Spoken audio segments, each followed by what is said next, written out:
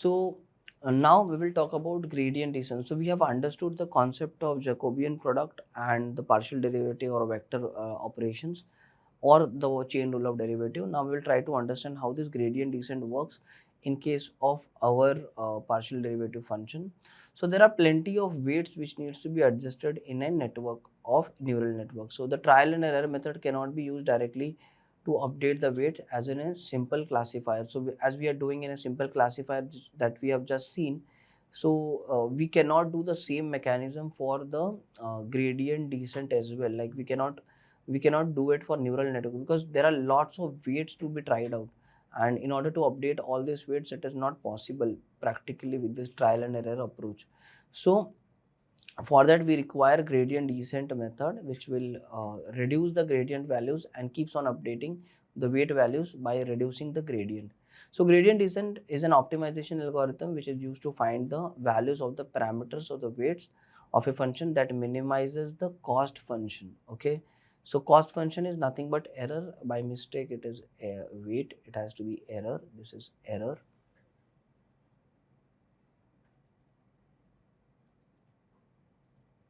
Okay, so the objective of this gradient descent is to reduce the error, minimize the cost function or error in a way that it optimizes the weight. So error can only be changed if the weight is going to change, because the input data is not at all going to change. So that is why weight needs to be optimized. And the derivative, so we have initial coefficient is equal to 0 and weight is equal to function of this coefficient, and delta value is equal to derivative of this weight. So derivative is to find the slope of the function to know the direction to move the coefficient values in order to arrive at a better weight in next iteration. So what is happening basically, I'll tell you. We have a coefficient value and we have minus alpha into delta. Alpha basically is our learning rate, which tells us how much speed the algorithm should converge to the minima or the minimum value of the error. So alpha basically governs the control of flow of the algorithm, and delta is our value that we want to reduce, that is the partial derivative or the derivative of that function, or the derivative of error with respect to function. Coefficient is the new this is the old value of your weight or the parameter, and this is the new value of the parameter. So new parameter is equal to new weight is equal to old weight minus alpha into delta, where delta is derivative of error with respect to the old weight.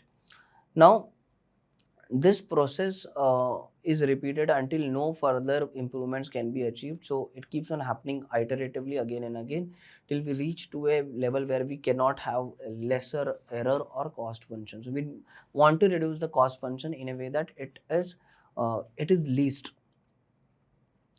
Now updating the weights. So to update the weights, gradient descent concept is applied, as we can see.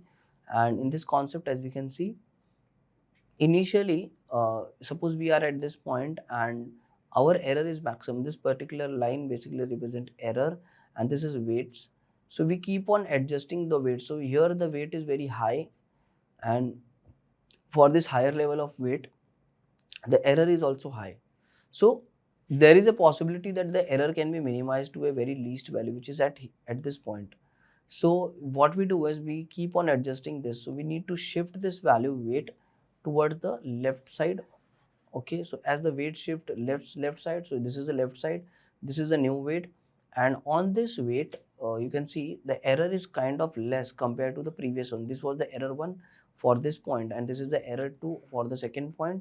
And as the error is less at this point, we can see clearly that yeah, definitely this algorithm works out well. Now we need to move to the next part, which is the next point where we want the algorithm to move.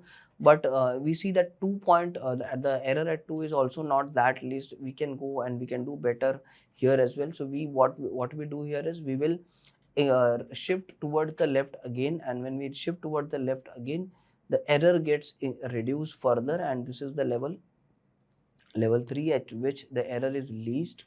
And beyond this point the error cannot go below, like it cannot go below. So we need to reach out at this point. Okay, at this point where the error is least, and this is what is done in gradient descent method. So gradient descent The formula, as we can see here, is alpha into E into sigmoid of OK into 1 minus sigmoid of O into O of t. So these are the weights. This is how the delta of weight is computed. So we need to find out the change in weights with respect to the change in the gradient. So we need to change the weights based on the change in the gradient value or reducing in the gradient value. Now we'll try to understand about updating weights. So we have three layers, that is input layer, hidden layer and output layer. So when we are talking about this weight, delta weight jk, which is the change in the weight, it is equal to alpha, which is the learning rate, into E, which is the error at k instance, into sigmoid at the O of k, okay, and 1 minus sigmoid of O of k into O of t. O of t is the transpose of the output value. Now, when we substitute all these values, we get the new weights, which is W11 and which is 2 plus 0.006. So, the new weight has to be 2 plus 2.006. Earlier, the weight was 2, and now we are making a shift in the weight, which is going to be 2.006.